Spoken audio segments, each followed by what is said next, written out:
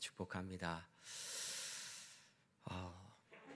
해가 많이 길어졌죠. 네, 원래는 수요 예배를 오는 시간이면 어둑어둑해지는 날씨 상황 가운데 예배를 드리러 들어왔는데, 제가 오늘 예배 드리러 교회 들어올 때까지만 하더라도 아직도 해가 길어서 낮이 많이 길어졌습니다. 계절이 바뀌고 해가 길어지고 이러한 상황이 바뀌어가는 계절 속에서도 우리의 믿음이 언제나 변함없이 하나님 안에서 늘 한결같은 믿음이 되기를 소망합니다. 우리는 계속해서 수요일 시간마다 열왕기서의 말씀을 함께 살펴보고 있습니다. 오늘 우리가 함께 살펴볼 열왕기서의 왕은요, 지난주에 이어서 히스기야 왕에 대한 이야기를 함께 더 살펴보려고 합니다. 이 히스기야 왕은요, 다윗 이후로 하나님 앞에서 가장 온전하다라고 평가받았던 왕이 바로 남왕국 유다의 히스기야 왕이었습니다. 그러던 이 히스기야 왕 14년에 남왕국 유다에도 큰 위기가 찾아옵니다. 그동안은 잠잠하게 있었던 아수르의 왕이 예루살렘을 공격하며 쳐들어오기 시작한 거예요. 이미 남왕국과 북왕국 중에 북왕국 이스라엘은 아수르의 침략을 받아서 난장판이 되어 있었습니다. 북왕국 이스라엘의 왕은 아수르의 포로로 잡혀가 있었고, 사마리아 성에 사는 사람들을 아수르의 왕이 다 데리고 가서 그들이 지배하고 있는 다른 나라의 다른 마을로 뿔뿔이 흩어 놓았습니다. 그리고 북왕국 이스라엘의 수도였던 사마리아에는요, 다른 나라의 민족들, 다른 나라에서 또 다른 포로로 잡아온 사람들을 그곳에 살게 하면서 여러 신들과 여러 문화가 융합하게 하는 문화 혼합 정책을 펴므로써 그들이 가지고 있었던 정체성을 흐려놓기 시작합니다. 북왕국 이스라엘이 아수르에게 이렇게 먼저 항복했다라는 뜻은요, 북왕국보다 훨씬 더 힘이 약한 유다 입장에서 아수르가 우리를 공격한다? 그 소식을 들었을 때 유다는 굉장한 압박감을 느낄 수밖에 없었습니다. 그래서 아수르의 왕이 유다를 침략한다 했을 때 유다의 히스기야 왕이 가장 먼저 한 일은 아수르 왕에게 사신을 보내는 일이었습니다. 오늘 본문의 앞에 있는 열왕기하 18장 14절 말씀 우리 함께 같이 읽어보겠습니다. 유다의 왕 히스기야가 라기스로 사람을 보내어 아수르 왕에게 이르되 내가 범죄하였나이다. 나를 떠나 돌아가소서. 왕이 내게 지우시는 것을 내가 당하리이다 하였더니 아수르 왕이 곧 은 300달란트와 금 30달란트를 정하여 유다 왕 히스기야에게 내게 한지라. 네, 유다의 왕이 뭐라고 이야기하냐면요, 아수르 왕에게 사람을 보내서 제가 잘못했습니다. 저를 좀 용서해 주세요. 저희 나라를 좀 한 번만 봐주세요. 쳐들어오지 말고 그냥 좀 지나가 주시면 안 되겠습니까? 이렇게 부탁을 해요. 그랬더니 아수르 왕이 무엇을 요구하죠? 은 300달란트 그리고 금 30달란트를 내놓으면 그냥 지나가 주겠다, 이렇게 약속을 해요. 요즘 돈으로 환산을 하면요, 은 300달란트는 대략 한 900억 정도의 가치를 가지고 있다고 하고요, 금 30달란트는 한 600억 정도의 가치를 가지고 있다고 합니다. 그러니까 아수르의 왕이 한 1,500억 정도 되는 큰 돈을 요구하면서 이 돈 가지고 오면 우리가 침략하지 않고 그냥 넘어가 줄게 라고 이야기를 했어요. 그런데 히스기야 왕 입장에서는 문제가 있습니다. 왜냐하면 이미 히스기야의 아버지였던 아하스 왕 때에 아수르의 디글랏 빌레셀 3세라는 왕이 이 유다를 침략해서 이미 한번 금과 은을 다 털어갔던 전적이 있었기 때문이에요. 그러니까 히스기야 왕 입장에서는 가지고 있는 금과 은을, 지금 은을 300달란트 내놓으라고 하고 금을 30달란트를 내놓으라고 하는데 이거를 맞출 만한 금과 은이 나라에 남아있지 않는 형편이었어요. 히스기야는 그래도 당장 전쟁은 피해야겠다라는 생각에 아수르의 왕을 빨리 되돌려 보내야겠다라는 생각에 무리해서 어느 정도로 금과 은을 모으냐 하면요, 성전의 기둥에 이렇게 둘러놓았던 금을 싹싹 긁어 모아요. 그리고 자기가 살고 있던 왕궁에 작은 금붙이 하나까지도 싹싹 다 긁어 모읍니다. 그렇게 해서 간신히 정해진 액수를 맞추어서 아수르 왕에게 주었어요. 일단 급한 불부터 끄고 보자. 당시 아수르의 왕 사네립이 비문에 적어놓은 내용을 보면요, 히스기야가 바친 것은 금 30달란트, 은 300달란트 뿐만이 아니라 뜰의 옷도 있었다고 하고요, 주황색 옷도 있었대요. 우리에게 주황색 옷은 대단한 그게 아니지만 이 당시에 주황색 옷은 대단한 보물이었나 봐요. 뜰의 옷, 주황색 옷, 자수로 만든 물품들, 여러 가지 보석들, 상아로 만든 침대, 물소의 가죽과 뿔, 목재들까지 귀한 것, 가치가 있는 것이라면 다 아수르의 왕 사네립에게 갖다 주면서 전쟁을 피하고자 했습니다. 자, 이렇게 아수르의 왕이 유다로부터 어마어마한 재산을 빼앗아 갔어요. 그럼 어떻게 해야 합니까? 약속한 대로 물러가야죠. 그죠? 물러가야죠. 그때는 물러갔어요. 그런데 정말로 얼마 지나지 않아서 이 아수르의 왕이 어떤 짓을 하냐 하면요, 그들이 그렇게 많은 돈을 빼앗아가 놓고서 오히려 큰 군사를 거느리고 다시 예루살렘을 공격하러 쳐들어오는 거예요. 히스기야 왕이 그때 아차 싶었습니다. 이 아수르가 우리를 쳐들어온다고 했을 때 당장 그 눈앞에 마주한 그 막막한 상황, 어떻게 해서든 전쟁은 피해보려는 그 막막한 현실에 타협해서 뇌물을 바쳐가면서 위기를 벗어나 보려고 했는데 막상 그 계획이 자기 생각처럼 흘러가질 않았어요. 그래서 히스기야는 재빨리 자기의 실수를 인정하고 회개하는 마음으로 다른 방법을 생각해냅니다. 오늘 본문과 연결되는 내용이요, 역대하 32장에 가면 이에 대한 자세한 이야기가 등장을 합니다. 역대하 32장 2절과 3절 말씀에 이렇게 기록되어 있어요. 우리 같이 읽어볼까요? 히스기야가 사네립이 예루살렘을 치러 온 곳을 보고 그의 방백들과 용사들과 더불어 의논하고 성 밖의 모든 물 근원을 막고자 하매 그들이 돕더라. 네, 히스기야가 아수르 왕이 쳐들어온다라는 소식을 듣고 곧바로 전쟁 준비를 하기 시작합니다. 어떤 방식으로 전쟁을 준비하냐 하면요, 예루살렘 성 안으로 들어오는 지하 수로를 만들었어요. 그리고 예루살렘 성 밖으로 나가는 모든 물의 근원은 다 차단해 버렸습니다. 이 당시에 시대의 전쟁 방법은요, 간단해요. 우리처럼 미사일을 쏘고 이렇게 침략을 해서 수도를 점령하고 이런 방법이 아니라 성을 기준으로 해서 방어하는 쪽은 성 안에 들어가서 문을 꼭 잠그고 버티고, 공격하는 쪽은 성을 포위해서 그들이 항복하고 나올 때까지 기다리는 거예요. 그러면 무엇이 중요합니까? 먹고 살기 위한 가장 중요한 식수가 중요하겠죠. 히스기야는 가장 먼저 전쟁을 준비하면서 예루살렘 성 안으로 들어오는 그 물줄기를 지하수로로 비밀스럽게 공사를 하기 시작합니다. 왜냐하면 성 안으로 들어오는 물줄기를 성 밖에서 끊어버리면 성 안에서 식수가 없어서 사람들이 다 죽어나갈 수 있으니까 그 수로를 지하로 몰래 파기 시작한 거예요. 그리고 반대로 성 밖으로 흘러나가는 모든 물의 근원은 다 차단해서 우리를 포위하고 있는 아수르 군대가 물을 얻지 못하도록, 그래서 아수르 군대가 우리를 오랫동안 포위하지 못하도록, 전쟁이 장기전으로 가지 못하도록 준비를 하는 거예요.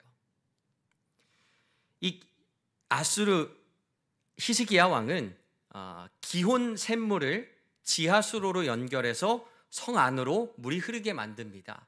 그림을 보시면요, 그 당시에 저 오른쪽에 글씨가 너무 작아서 잘 보이실지 모르겠는데 이 오른쪽 끝에 있는 물의 근원이 바로 기혼샘이고요. 땅 속으로 이 지하 수로를 만들어서 그 물이 성 안으로 쭉 연결되어서 마지막에 우리가 잘 알고 있는 실로암 연못으로 물이 모이도록 설계를 했어요. 사진을 한번 보여주시면요. 이 당시에 지금도 성지순례에 가면 이 히스기야 왕 때 파놓은 이 수로가 아직 남아 있다고 하는데 이 수로의 길이가 무려 570m.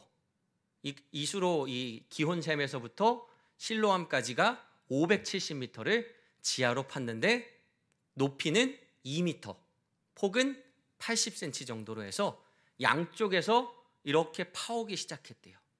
그런데 이게 물소리가 나면 혹시라도 누군가가 밖으로 지나가다가 이 수로에 물소리가 나면 그 수로를 끊어버릴까 걱정을 해서 이 수로의 가장 낮은 곳과 가장 높은 곳에 이 고저의 차가 30cm밖에 안 될 정도로 굉장히 정교하게 이 공사를 진행했습니다.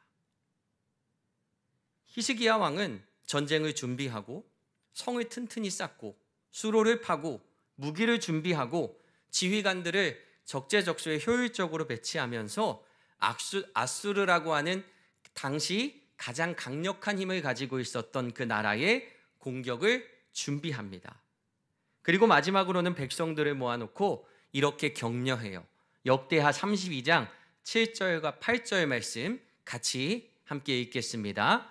너희는 마음을 강하게 하며 담대히 하고 아수르 왕과 그를 따르는 온 무리로 말미암아 두려워하지 말며 놀라지 말라. 우리와 함께 하시는 이가 그와 함께 하는 자보다 크니 그와 함께 하는 자는 육신의 팔이요 우리와 함께 하시는 이는 우리의 하나님 여호와시라.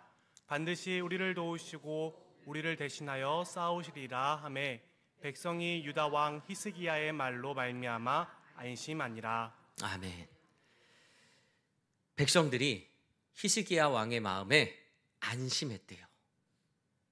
사실 생각해 보세요. 우리나라도 지금 전쟁이 잠시 중단되어 있는 분단 국가에 속해 있지만 당장 전쟁이 난다고 하면 얼마나 큰 불안과 두려움에 휩싸이겠습니까? 게다가 전쟁의 상대가 그 당시 가장 막강한 군대와 힘을 가지고 있었던 아수르라고 하는 큰 나라였어요. 그런데 히스기야 왕이 백성들을 모아놓고 이렇게 이야기합니다. 두려워하지 말고 놀라지 말아라. 우리와 함께 하시는 이가 저들과 함께 하는 자보다 크다는 거예요. 우리와 함께 하시는 여호와 하나님이 저들보다 크다. 그와 함께 하는 자는 육신의 팔이요 우리와 함께 하시는 이는 우리의 하나님 여호와시니 하나님께서 우리를 도우시고 우리를 대신하여 싸우실 것이다. 이렇게 말하자 유다의 백성들이 그 말에 큰 위로를 받고 안심했다라고 성경은 기록합니다. 히스기야는 단순히 말로 사람들의 마음을 움직였던 게 아니었어요. 물론 히스기야가 큰 실수를 저지르긴 했습니다. 아수르가 돈 내놓으라고 했을 때 그들이 순순히 돈만 받고 물러가지 않을 것이라는 것을 알아차렸으면 좋았을 텐데 미처 그걸 알지 못했어요. 그는 당장 눈앞에 있는 전쟁을 피하기 위해서 자기가 가지고 있었던 나라에 가지고 있었던 모든 재산을 다 털어서 아수르에게 주었습니다.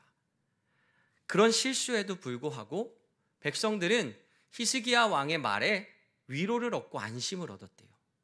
사실 왕이 실수를 하고 리더로서 큰 흠이 있었음에도 불구하고 사람들이 히스기야 왕의 말을 믿을 수 있었던 이유가 무엇일까를 곰곰이 생각해 봤어요. 그것은 바로 그가 하나님 앞에서 온전히 바로 선 사람이었기 때문에 백성들이 그 왕의 행동과 왕의 말에 신뢰를 보내며 왕을 함께 따랐다라는 거였어요. 비록 그는 실수했습니다. 인간의 생각으로 잠깐 혼동스러운 마음에 그가 가지고 있는 모든 재산을 홀라당 다 빼앗겨 버렸어요. 하지만 자신의 실수를 재빨리 인정하고 백성들을 다스리며 하나님께서 우리와 함께 하실 것이니 우리가 두려워하지 말고 담대히 맞서 싸우자 할 때 백성들이 그와 함께 했다라는 거예요. 히스기야는 자기가 아수르에게 바친 그 뇌물에 대해서 굉장히 수치스럽게 생각했습니다. 내가 그러면 안 되는 거였는데, 내가 아무리 급해도 그러지 말았어야 되는데, 내가 여태까지 아수르라고 하는 강한 대국을 상대로 잘 버텨왔는데 왜 그랬을까? 수없이 많이 자책했을 거예요. 하지만 자신의 그 잘못된 선택을 빠르게 인정하고 다시는 그런 실수를 저지르지 않겠다. 내가 더 이상은 나의 생각과 나의 계획대로 가는 것이 아니라 하나님 믿고 하나님 의지하면서 함께 하겠다. 백성들에게 이렇게 이야기할 때에 백성들이 왕과 함께 마음을 모을 수 있었다라는 거예요. 우리도 살다 보면요, 비슷한 실수에 직면할 때가 있습니다.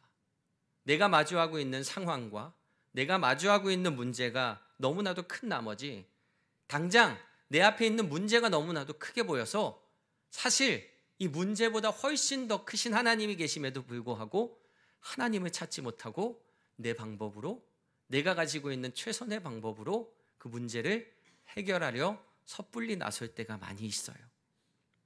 누구나 실수하고 누구나 실패할 수 있습니다. 중요한 것은 실수하고 실패한 그 뒤에 그의 삶을 다시 되돌이켜 회개하며 다시 하나님을 바라볼 수 있느냐가 우리의 믿음을 결정하는 가장 중요한 요소인 것 같아요. 히스기야 왕은 자신의 실수를 뉘우치고 다시 하나님을 의지하며 바라보며 나아갑니다. 그러면서 어떠한 경우에라도 우리가 하나님을 바라보고 의지하면 우리가 살 수 있다라는 것을 우리에게 보여주고 있어요. 많은 사람들은요, 자기의 실수와 실패 안에서 그저 불평하고 원망하고 혹은 남의 탓으로 돌려버리면서 그 부끄러운 현실을, 부끄러운 내 모습을 인정하지 않고 외면하고 부정할 때가 있습니다. 우리도 그러려고 해요. 저도 그러는 모습을 제 안에서 발견할 때가 너무나도 많이 있습니다. 내가 잘못했는데 내가 잘못했다 하지 않고 상황이 나를 이렇게 만들었어. 저 사람 때문에 내가 이렇게 됐어. 나는 잘하고 싶었는데 지금 나에게 처한 현실이 너무나도 가혹해서 내가 그럴 수밖에 없었던 거야. 이렇게 나를 합리화시키면서 현실을 외면하고 부정해요. 당장은 그렇게 하면 마음이 조금 홀가분해지는 것처럼 느껴질지 모르지만 그런 삶을 살아가는 우리들은 결국 서서히 죽어가는 삶으로 흘러갈 수밖에 없어요. 이스라엘의 많은 왕들이 그런 방식으로 이스라엘을 통치했고 서서히 나라가 패망의 길로 접어들었던 것을 우리가 열왕기서의 역사를 함께 살펴보면서 우리의 눈으로 똑똑히 지켜보았습니다. 우리도 이 히스기야 왕처럼 부끄럽지만 담대하게 나의 부족함을 바라보면서 다시 내 삶의 시선을 하나님께로 돌이켜 하나님만 붙잡을 수 있는 믿음의 성도들이 되기를 소망합니다. 다시 이 열왕기서의 내용으로 돌아가 보면요, 이 아수르의 왕이 군사들을 보내서 정말로 예루살렘 성을 포위하기 시작합니다. 그리고 예루살렘 성을 포위한 아수르의 랍사게가 예루살렘 백성들에게 이렇게 이야기하는 장면이 기록되어 있어요. 여러분들 랍사게라는 이름에 대해서 들어보셨죠? 저는 랍사게라는 게 사람의 이름으로 생각하고 있었는데요. 오늘 이제 말씀을 준비하면서 공부를 하다 보니까 랍사게는 사람의 이름이라기보다는 그 당시 관직의 이름이었다라고 기록을 합니다. 열왕기하 18장 17절을 보면요, 아스르의 왕이 다르단과 랍사리스와 랍사게를 거느리고 예루살렘을 쳐들어왔다, 이런 기록이 남아요.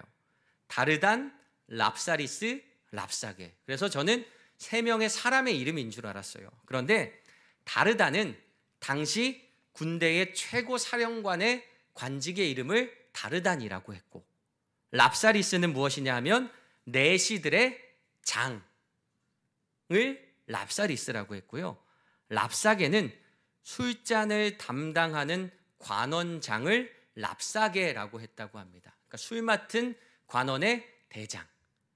그런데 우리가 생각하기에 술 맡은 관원의 장이 뭐가 그리 대단히 높은 사람인가라고 생각할 수 있는데 랍사게는 왕의 최측근이 맡는 자리였대요. 그러니까 오늘날로 따지면 대통령의 뭐 비서실장이나 대변인쯤 되는 그런 중요한 자리에 있었던 관직을 이야기하는 것 같습니다. 그 랍사게가 예루살렘을 포위하고 예루살렘 그 사람들에게 이렇게 이야기합니다. 열왕기하 18장 28절부터 33절까지 말씀이에요. 길지만 함께 읽어보겠습니다. 랍사게가 드디어 일어서서 유다 말로 크게 소리질러 불러 이르되 너희는 대왕 아스로 왕의 말씀을 들으라. 왕의 말씀이 너희는 히스기야에게 속지 말라. 그가 너희를 내 손에서 건져내지 못하리라. 또한 히스기야가 너희에게 여호와를 의뢰하라 함을 듣지 말아라. 그가 이르기를 여호와께서 반드시 우리를 건지실지라 이 성읍이 아스로 왕의 손에 함락되지 아니하게 하시리라 할지라도 너희는 히스기야 왕의 말을 듣지 말아라. 아스로 왕의 말씀이 너희는 내게 항복하고 내게로 나아오라. 그리하고 너희는 각각 그의 포도와 무화과를 먹고 또한 각각 자기의 우물의 물을 마시라. 내가 장차 와서 너희를 한 지방으로 옮기리니 그곳은 너희 본토와 같은 지방 곧 곡식과 포도주가 있는 지방이요 떡과 포도원이 있는 지방이요 기름 나는 감람과 꿀이 있는 지방이라. 너희가 살고 죽지 아니하리라. 히스기야가 너희를 설득하여 이르기를 여호와께서 우리를 건지시리라 하여도 히스기야에게 듣지 말라. 민족의 신들 중에 어느 한 신이 그 땅을 아수르 왕의 손에서 건진 자가 있느냐. 네. 이 랍사게가요 유다를 포위하고 28절 말씀을 보니까 유다 말로 사람들에게 이야기했대요. 그러니까 아수르 말로 이야기한 게 아니라 유다 말로 사람들에게 이야기한 거예요. 뭐라고 이야기하냐 하면 너희의 히스기야 왕이 하나님을 의지하며 살 수 있다라고 얘기하지 그거 믿지 마. 우리 아수르가 얼마나 강한데 여태까지 아수르랑 전쟁을 해서 이긴 나라가 없어. 그러니까 항복하고 나에게 오면 죽음을 면하게 해줄게. 농장에서 아까 뭐 포도주가 있는 지방이요, 뭐 포도원이 있는 지방이요, 뭐 감람과 꿀이 있는 지방이요, 너희가 살고 죽지 아니할 것이요, 막 이렇게 달콤한 말로 유혹을 해요. 전의를 상실하게 만들려고 하는 거예요. 마음을 막 흔들어 놓습니다. 예루살렘의 그 백성들을 두렵고 마음을 흔들어 놓기 위해서 아주 강한 말로 랍사게가 위협을 하고 있어요. 하지만 성경을 보니까요, 예루살렘 주민들은 이에 대해서 한마디도 답하지 않고 잠잠했습니다. 그들이 여전히 히스기야 왕의 그 믿음의 고백을 함께 믿고 나아갔던 거예요. 랍사게가 이러한 행동을 했다라는 말을 전해 들은 히스기야 왕은요, 열왕기하 19장 1절 말씀에 히스기야 왕이 듣고 그 옷을 찢고 굵은 배를 두르고 여호와의 전에 들어갔대요. 너무나도 속상한 거예요. 너무나도 화가 나는 거예요. 그래서 자기 옷을 찢고 굵은 배를 둘렀다. 극한의 슬픔과 울분을 표현하는 행동이었습니다. 아수르의 랍사게가 하나님을 모독하는 모습을 보면서 내가 하나님의 이름을 지키지 못한 그 송구스러운 마음으로 하나님 앞에 처절하게 회개하며 나아간 거예요. 내가 하나님을 섬기는 유다의 왕으로서 내가 이 아수르라고 하는 나라가 우리를 쳐들어왔을 때 살아보겠다고 비겁하게 뇌물을 바쳐가면서 성전 기둥에 있는 금을 싹싹 긁어가면서 왕궁에 있는 금부치 하나까지 다 털어가면서 내준 그 부끄러운 모습 때문에, 그 모습 때문에 저 사람들이 나의 하나님을 이렇게 모독하는구나. 내 잘못된 생각과 나의 그 실책으로 인해서 우리 하나님이 이렇게 모욕을 당하고 계시구나. 히스기야가 아주 큰 슬픔과 울분에 잠겼어요. 그럼에도 불구하고요, 아수르의 왕 사네립은요, 여전히 유다를 상대로, 히스기야를 상대로, 여호와 하나님을 상대로 막말을 막 퍼붓습니다. 오늘 우리가 읽은 본문에도 그런 모욕적인 이야기들이 또 담겨 있어요. 19장 10절부터 13절까지 말씀입니다. 뭐라고 이야기하는지 같이 읽어볼까요? 너희는 유다의 왕 히스기야에게 이같이 말하여 이르길 내가 믿는 내 하나님이 예루살렘을 아수르 왕의 손에 넘기지 아니하겠다 하는 말에 속지 말라. 아수르의 여러 왕이 여러 나라에 행한 바 진멸한 일을 내가 들었나니 내가 어찌 구원을 얻겠느냐.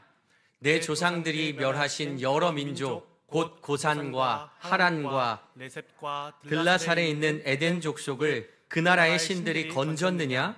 하맛 왕과 아르밧 왕과 스바라와임 성의 왕과 헤나와 아와의 왕들이 다 어디 있느냐 하냐 하니라. 아수르의 왕이 막 이야기해요. 봐봐라, 우리랑 싸웠던 그 나라의 왕들이 어디 있느냐. 그 나라의 신들이 걔네를 지켜주는 걸 봤냐? 신 믿지 마. 내가 최고야. 우리 아수르가 최고야. 아수르와 싸워서 이길 수 없어. 그러니 항복하고 돌아와 라고 계속해서 마음을 흔들어 놓으려 해요. 아수르라는 강력한 나라에 대항했던 사람들이 모두 다 사라졌다라는 거예요. 그들의 신이 지켜주지 못했다는 겁니다. 그러면서 유다, 너희들도 그렇게 될 거야. 여호와 하나님도 이방 그런 신들과 마찬가지야 라고 이야기해요. 히스기야가 아수르 왕의 이 편지를 펼쳐놓고 다음과 같이 기도합니다. 19장 16절부터 19절 말씀 다시 한번 같이 읽죠. 여호와여 귀를 기울여 들으소서. 여호와여 눈을 떠서 보시옵소서. 사네립이 살아계신 하나님을 비방하러 보낸 말을 들으시옵소서. 여호와여 아수르 여러 왕이 과연 여러 민족과 그들의 땅을 황폐하게 하고 또 그들의 신들을 불에 던져 싸우니 이는 그들이 신이 아니요 사람의 손으로 만든 것 곧 나무와 돌뿐이므로 멸하였나이다. 우리 하나님 여호와여 원하건대 이제 우리를 그의 손에서 구원하옵소서. 그리하시면 천하만국이 주 여호와가 홀로 하나님이신 줄 알리이다 하니라. 아수르의 왕 사네립이 끝까지 히스기야의 신앙을 흐트러 놓으려고 하거든요. 계속 흔들어 놓으려고 해요. 항복해. 살 수 없어. 그냥 포기해. 계속 이야기합니다. 너희 하나님은 힘이 없고 너희를 지켜주지 못할 거야. 그러니까 허튼 믿음으로 그냥 그 신앙을 가지고 있다가 죽어버리지 말고 그냥 세상의 힘과 권력 앞에 굴복하면 목숨이라도 건지게 해줄게. 그렇게 살아가는 게 맞잖아. 끊임없이 흔들어 놓습니다. 그런데 이에 대해서 히스기야가 하나님께 이런 믿음의 기도를 드려요. 19절 말씀이 제 마음에 와닿습니다. 우리 하나님 여호와여 원하건대 이제 우리를 그의 손에서 구원해 주시옵소서. 우리를 이 아수르의 그 말도 안 되는 농락에서 구원해 주세요. 그렇게 하셔서 천하 만국이 주 여호와가 홀로 하나님이신 줄 알리이다 하리라.